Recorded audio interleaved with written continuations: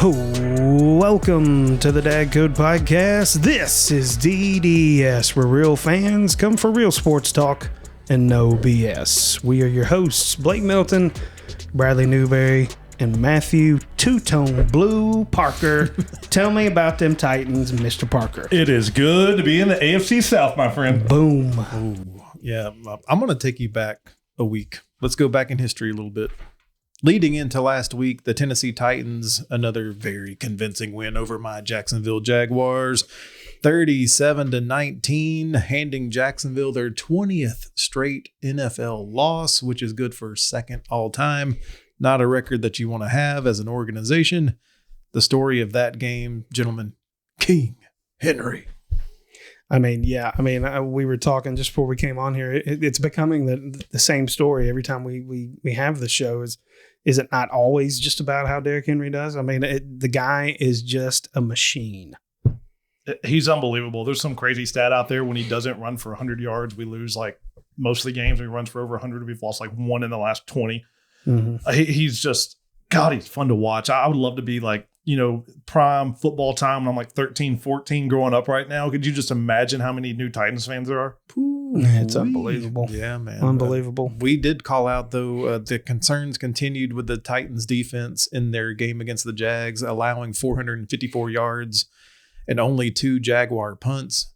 Then you look at it from the other perspective. Trevor Lawrence continued to grow a little bit, stacking up another good game against the Titans.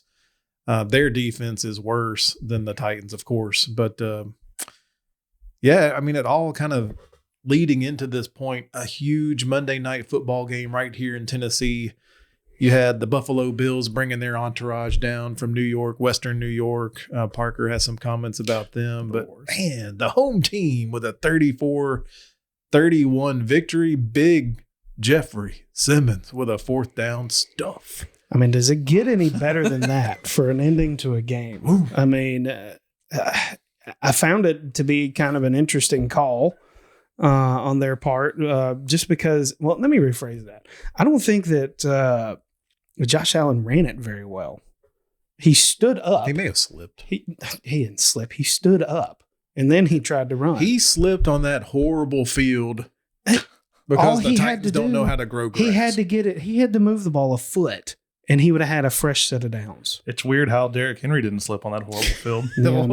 He slipped his ass right into the end zone. That's all I know. But tell us more about the Bills fans, if you will. God, I hate the Mafia. You know what? There's teams I hate. My team I hate the most are the Ravens. Okay. I don't hate the Bills team, but I hate the Bills fans. They are the worst fans in the NFL. I mean, they break tables, which makes no sense whatsoever. It's up there with Kentucky burning couches. And they are just pieces of garbage. Like, literally, they come to the down, and they always make a big trip to Nashville because, they live in Buffalo. Mm-hmm. So they come down here. It's pretty cheap. Get a ticket. And they just litter the crap out of the parking lot. I'm not talking like, there's a little beer can where somebody did something. It's like they just throw their garbage. I mean, it's incredible. I should have taken pictures like it. And it's not just, it was one time. No, I've been to being on to these games for over 20 years. Every single time. And I don't know why, but it makes me so happy. I don't even want the Titans to, I wanted the Titans to win, but I was more excited about the Bills loss. And my go-to line always when they're there is, at least OJ didn't play for us. And I love thanking them for spending their money on Broad because they always lose and have fun going back to Buffalo. So you were there Monday night. What was the in the stadium atmosphere? I mean, there's a lot of talk on these national broadcasts. They're like, oh no, the Titans don't even have any home fans. What did it feel like? No, it was. In fact, I saw, because I follow a lot of message boards on different fans because I like to troll them on Facebook, and a lot of them were posting the night before about how they were going to take over the stadium because they're all on Broad and all this stuff. Yeah. And during the game, they were posting, where is everybody? Mm-hmm. It was a large contingent. Don't get me wrong. It was probably 75-25, I would say. And they were loud at the beginning, but after that 76-yard run, boom, nothing. It got real quiet real quick. And it just, there were a lot of them, don't get me wrong, but it wasn't this when we were winning 3 games, Chicago came and it was, 65% Chicago fans. It was a sellout. It was packed. The atmosphere was the best I have seen it in years. And I'm glad we missed our show on Tuesday because I wouldn't have been able to talk. That's great. I'm glad. I'm glad the Titans fans had a great time. That's amazing. But yeah, you called it out. Derrick Henry, the 76-yarder. He had 143 yards, 3 more touchdowns. Gosh, if I would have just bet on the 2 or more, the pick in our apps with DraftKings and FanDuel. But I've got a question. I'm going to look at the wide receivers for just a second. A.J. Brown had no catches in the first half. He ended up with 7 catches, all coming in the second half. And then here we go, folks, with Julio just standing on the sidelines again. Yeah. At the end of the game when it mattered. Go ahead. I was just saying, I mean, he's still battling a hamstring injury. I will say he did have one incredible catch. Yeah, the one that came off the helmet. Yeah. And he tiptoes it inbounds. I mean, he was in by this much. Yeah. And AJ Brown, he was sick. He lost 8 pounds. He said he's never doing fast food again. And he showed up in the second half, and he was a beast. I think it was more not about the receivers in the first half. Tannehill was bad. That was the worst I've seen Tannehill. Now I mentioned this, and y'all kind of pushed it aside. I'm like, are there any concerns with Tannehill here? I mean, I'm not saying he's a bad quarterback, but just the decisions are like, what the hell did he do? No, I mean, this was the first game that I saw that before it's been like drop balls or, stuff like that. His decision making and his accuracy has never been an issue. I think there were some bad decisions in this game, and there were some bad passes, quite frankly. There were quite a few really bad passes. But he tried, I guess he minimized it as much as he could. And it also helps when you got a 6'3", 247-pound thoroughbred behind you waiting to hand the ball to. That interception he threw in the first half, I mean, as soon as he dropped, he didn't even let it go. He dropped back, and I looked at my wife, interception, because you could just see the safety coming over. Yeah. It was a bad pass. I think he had 4 completions in the first half for like 70 yards. But in the fourth, when it matters, 9 for 9. And he's a gamer. Was absolutely money. And the thing I actually like about him playing bad in the first half, we were playing against the team where everybody says it's the best team in the NFL, right? Yeah. He was that bad. And we still won. Well, and the thing is on that interception play, correct me if I'm wrong, we were trying to go fast, right? Didn't he get on the ball pretty quick? I think so. We got on the ball pretty quick. And, dude, Derrick Henry was wide open in the flat. Yes, he was. He could have trucked his way to a first down. It was one of those where he thought, I mean, look, the Bills' defense is pretty good. So he thought he was going to catch them napping, and they were not napping. So, I mean, I want to call out some other players that stood out to me because I admit I don't have a chance to watch every play of Titans games because I'm usually watching the pitiful Jags. But this being a Monday night, I got to watch every play. And look, I'm going to call out some players and give me some thoughts.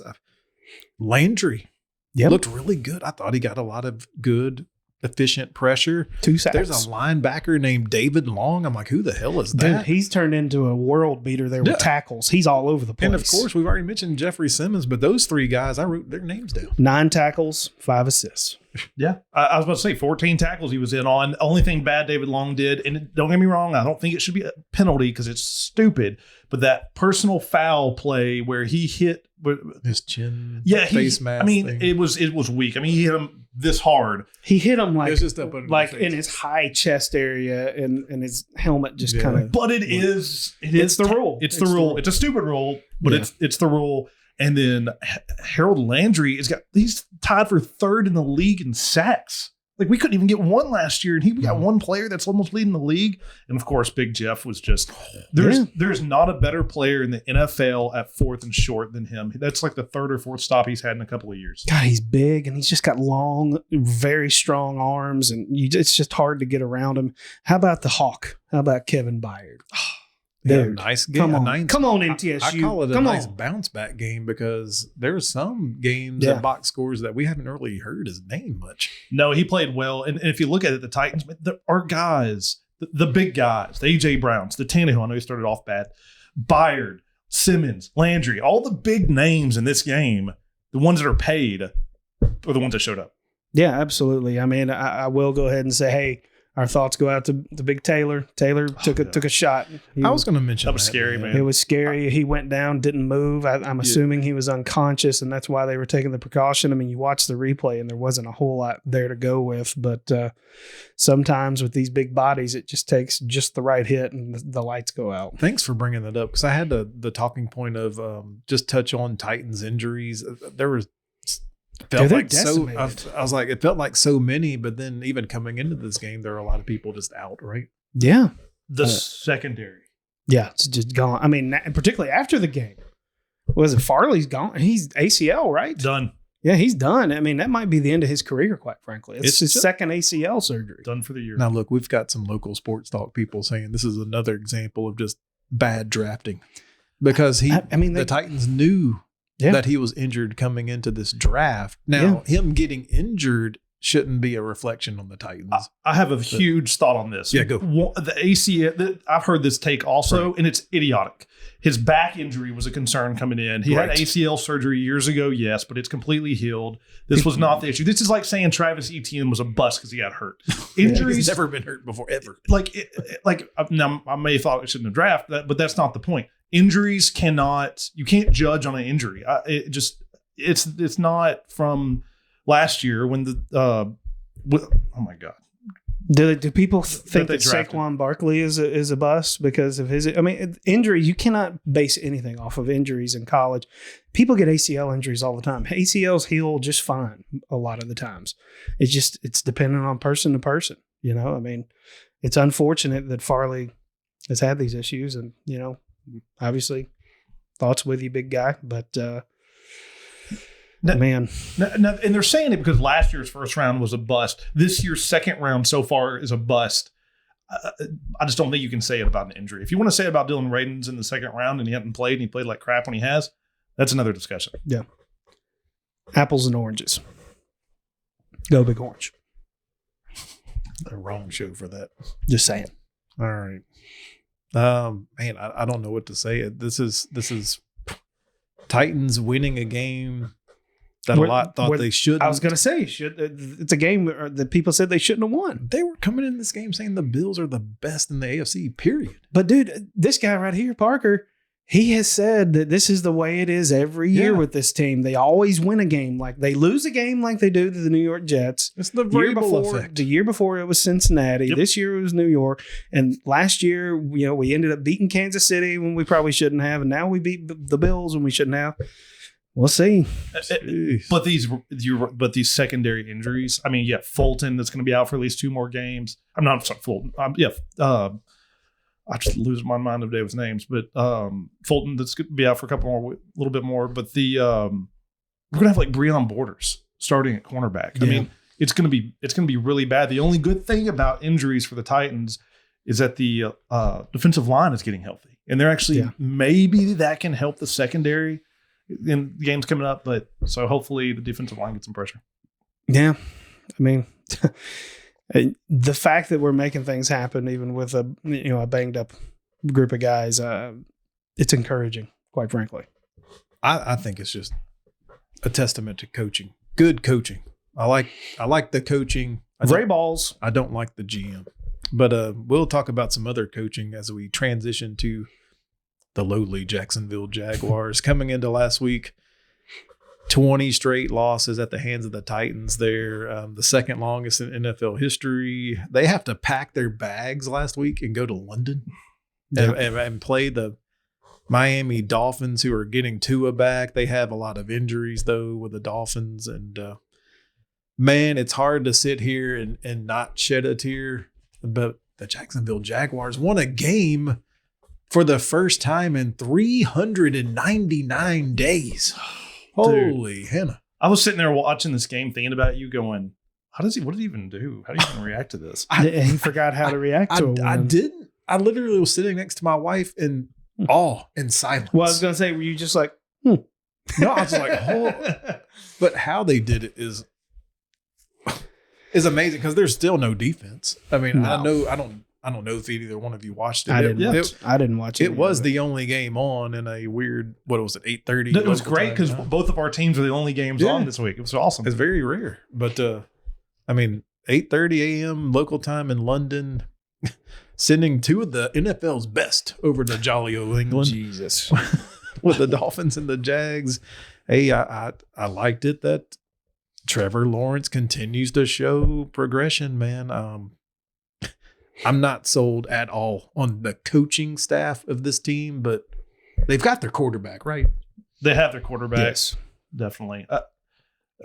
Trevor looked good, but still, I still can. Urban better think lucky stars for John Gruden because he should not have a job. In fact, this would have been the week to can him because you have an off week. Yeah, this would have been the perfect time to let him go. But yeah, look, Trevor is improving. I still question the system that he is within. I think it's holding him back from becoming better.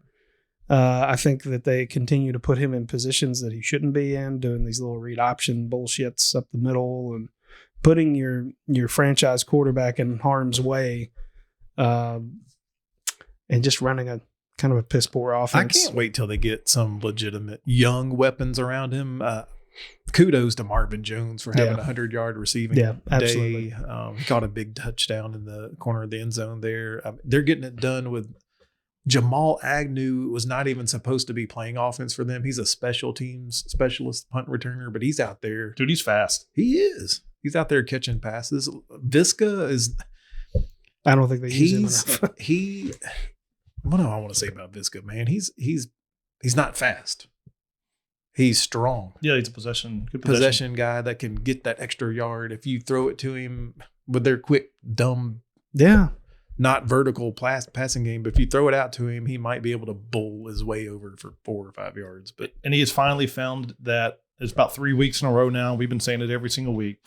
Thank God it's James Robinson all the time. We're saying it from Tennessee. We've been saying it since week one. I mean, yes, it just made no sense whatsoever. The guy's good. No Carlos Hyde on that sheet. No, I think he played like 4 snaps and he didn't touch the ball. Good. He's just take some of that pressure off your young quarterback. And he's good. I know. It's like, do him a favor, you know? It's like, golly. That was why I railed so much into the ETN pick. I just didn't understand it. But to look on the other side, I hear national people and local people, everyone hates, and I was big on him coming to this year, and I know he's been injured. Everybody hates Tua. Looked good. Let's talk Tua. Tua looked really good. I thought he looked great. It's easy to look good against that Jaguar secondary, but still, you take that away. I thought this was a good first game coming off the injury. Yeah. I mean, the numbers look good. But they're saying that he's done. They're wanting to can the coach. Trade for I heard this week the Watson trade might happen. No Why? No way. I mean, dude, Tua's doing fine. No way. I mean, he was hurt. He came in, played the first game, beat the Patriots, got hurt, missed 3 or 4 games, and back in. And I know they lost to Jacksonville. Nothing he did, but he played well. They were winning this. I mean, the Dolphins were winning this game. They had it. Yeah, they did have it, and Jacksonville pulled it out at the end. But I thought Tua looked pretty good, and they're hurt too. They're missing a lot of people. Yeah. Hey, Dolphins fans, how about you get off of Tua's back and go back and listen to my AFC East prediction show where I said I dislike your running game. Where are your running backs? Non-existent.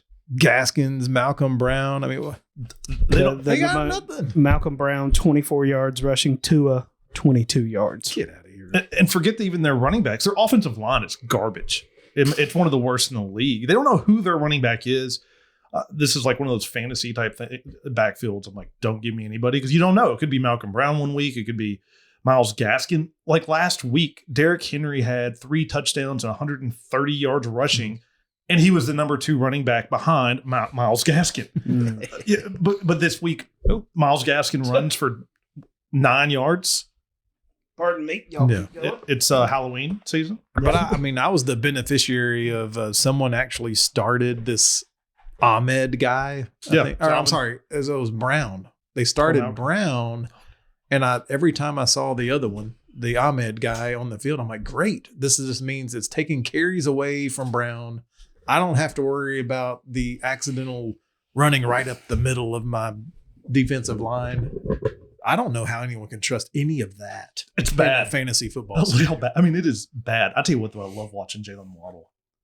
Oh God, he's good, man. He's good. Yep. He's really good. He got me some points. Dude, there was and Gesicki. Oh, like a second man. He is 115 yards. There was a news, like a quick news snippet about Waddle or something. It got caught on a picture, maybe a still picture, where it showed the Trevor Lawrence's draft grade and Jalen Waddle.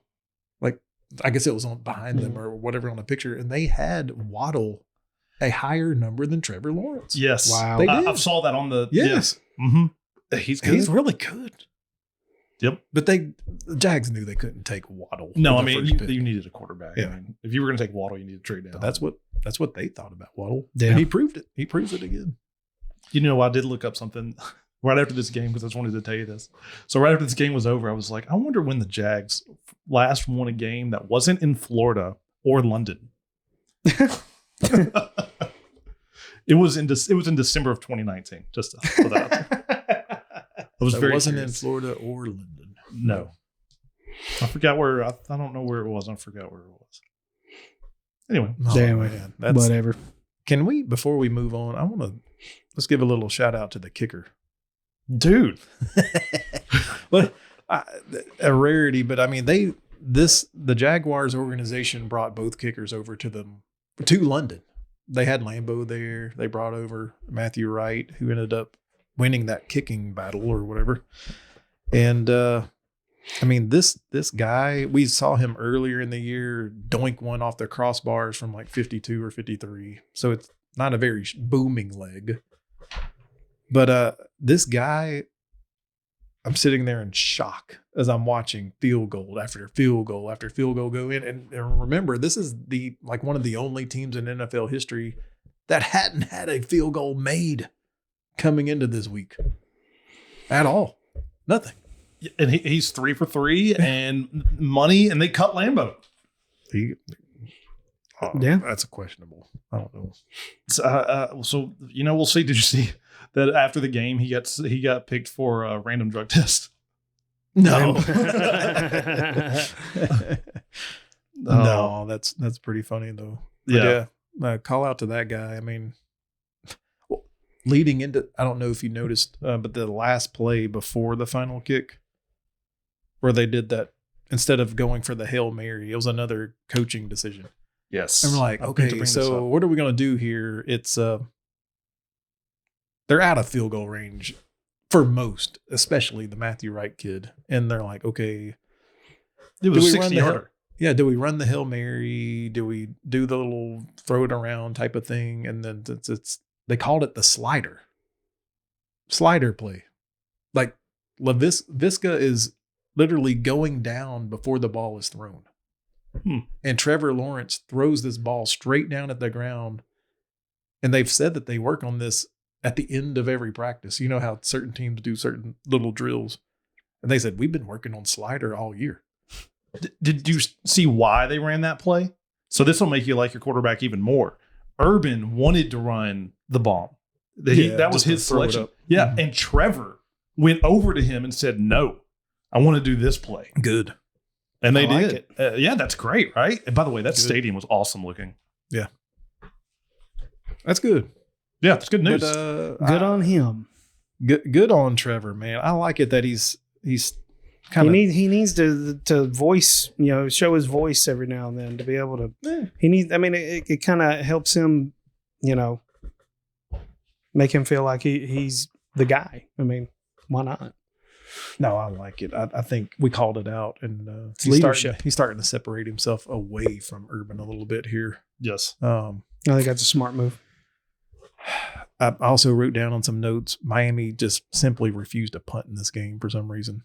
Well, I don't know why they're going forward on fourth down on their own side of the field anyway, to even give Jacksonville a chance to kick a game-winning field goal. Just put that away. Go to overtime.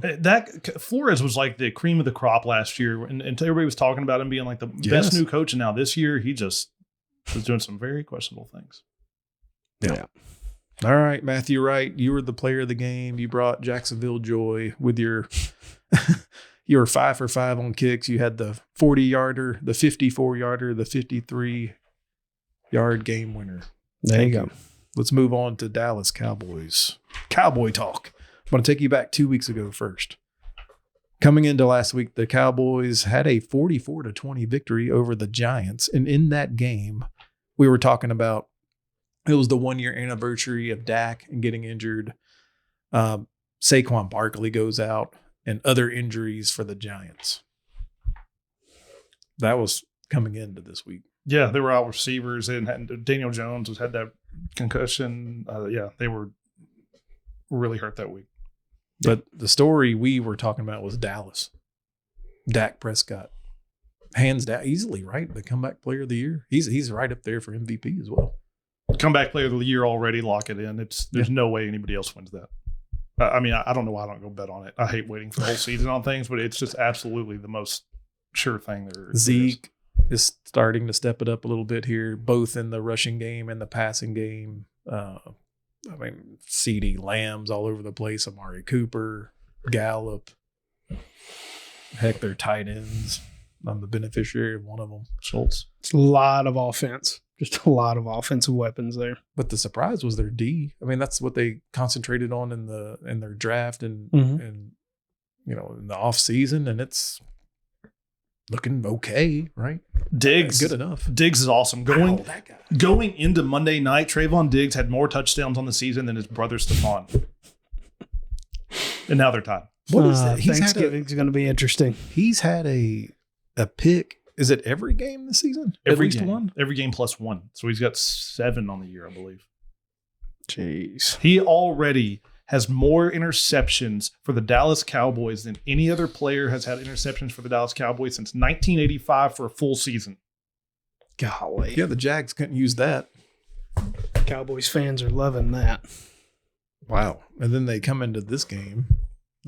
We said, coming into this game, this was a show me game for Dallas. You have to go on the road against the New England Patriots. I know it's a rookie quarterback. It's the nostalgia of the coach and all, but this game was very entertaining, right? I mean, it was back, forth. It was OT. a game. It was a very good game. I mean, you look at the stats, I mean, it's pretty one-sided. But golly, what a game. Dallas had a lot of penalties, 12 for 115. What can you say? Well, Dak thrown for 445 yards.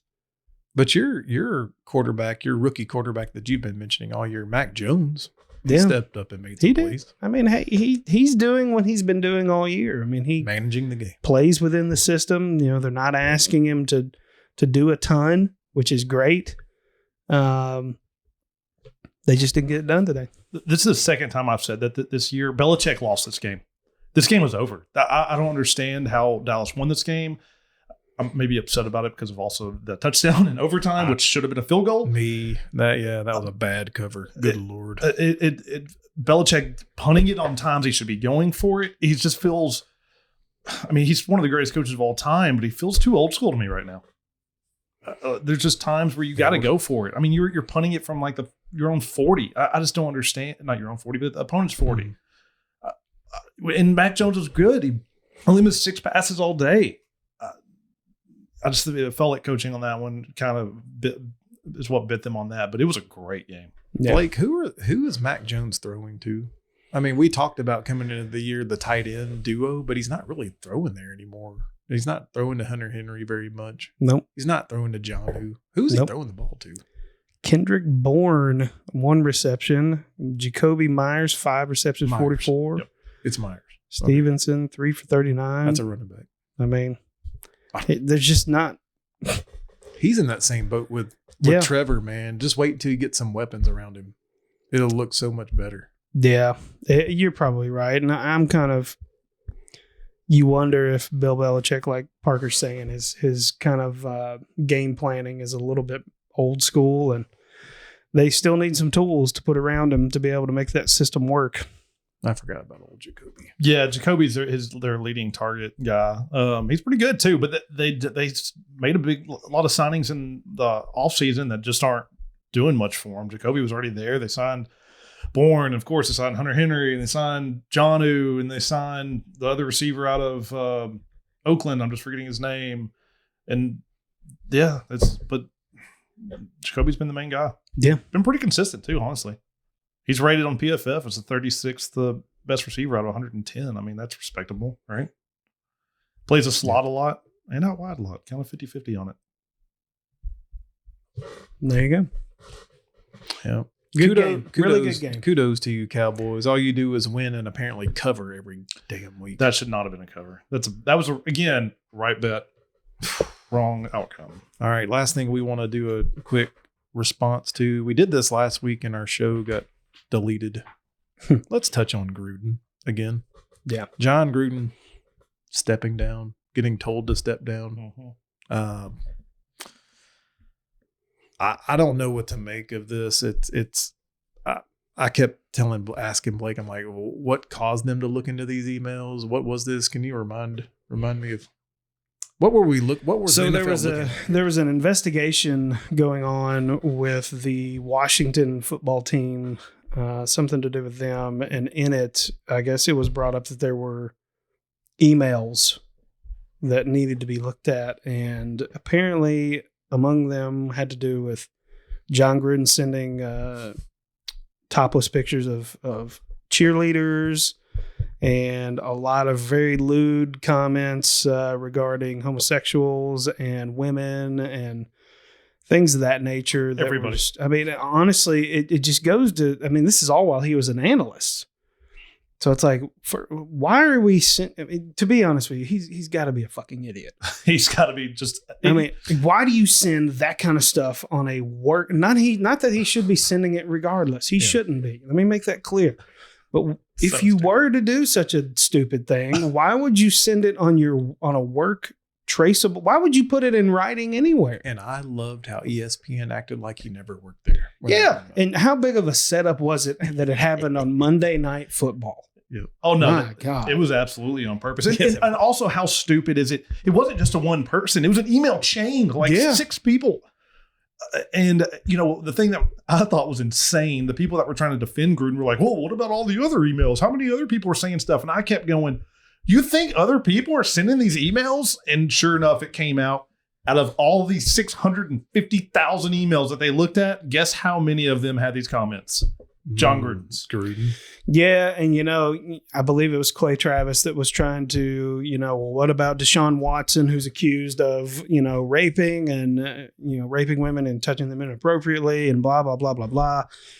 Wrong take, Clay. Don't like it one bit. I think, first off, you're innocent until proven guilty in this country. And there's no video tapes. There's nothing. There's no proof, and there's been no indictment for Deshaun Watson at this point, as far as I know. So wrong take there. Apples and oranges. This is something that was said. Words have consequences. All of your actions have consequences, and John Gruden's suffering those consequences at the moment. And he lied. Yeah. The first one came out and he was like, well, I can't remember what happened 10, 12 years ago. And then leaked more. And it was like, oh, wait, I said it dozens of times just a couple of years ago. It just, the lying thing bothers me. It's a lot of the thing that bothers me about Urban. Like you just, if you own it, maybe you could get out. Well, he wouldn't get down in front of that one. He was done no matter what. But no. And again, though, I say kudos. Like, I would be so happy as a Raiders fan. I just don't think he's a very good coach. No, he hates the quarterback for some reason. I don't. Yeah, get him out of there. I mean, they came out and whipped butt after that. So yeah. Bottom line, is this the last we see and hear of John Gruden? Because I'm afraid this is it. I believe he is permanently canceled, and I'm not a big cancel culture guy, but I wasn't a huge fan of the guy in the first place, and this kind of just gives me a reason to say, gone. Yeah, he's done. You're never going to see him again, other than at maybe a quarterback camp, something like that, where maybe he works with an individual college or someone hires him to do some behind the scenes analyst stuff. But you're never going to see him on a broadcast again. And you're never going to see him coach again unless it's for Central Connecticut State, just because they want eyeballs and somebody on TV. But you're never anywhere significant. No, that's it. That's all I've got on my notes. Unless you have anything else to react to. I don't. I mean, I don't know. It's been a wild and crazy couple weeks here. Football's nuts this year. It is. I mean, college and pro. Everything's nuts. Everything's upside down. hardly any running the ball except for in Nashville, Tennessee, which we love. But thanks for joining us.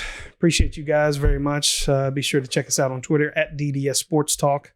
Leave us a comment there. Get the conversation started. Tell me, is Derrick Henry going to win the MVP this year? And how much of a generational talent are we watching with this guy? Go ahead and like and subscribe to the YouTube channel. Give us a thumbs up there. Share it with your friends. Guys, any closing comments? Derrick Henry has more than 250 yards to the next person closest to him. Boom. I got one. Jags win, and they can't lose this week because they're on the bye. Well, let me leave you with a much more a better ending to this, I guess. Tighten up.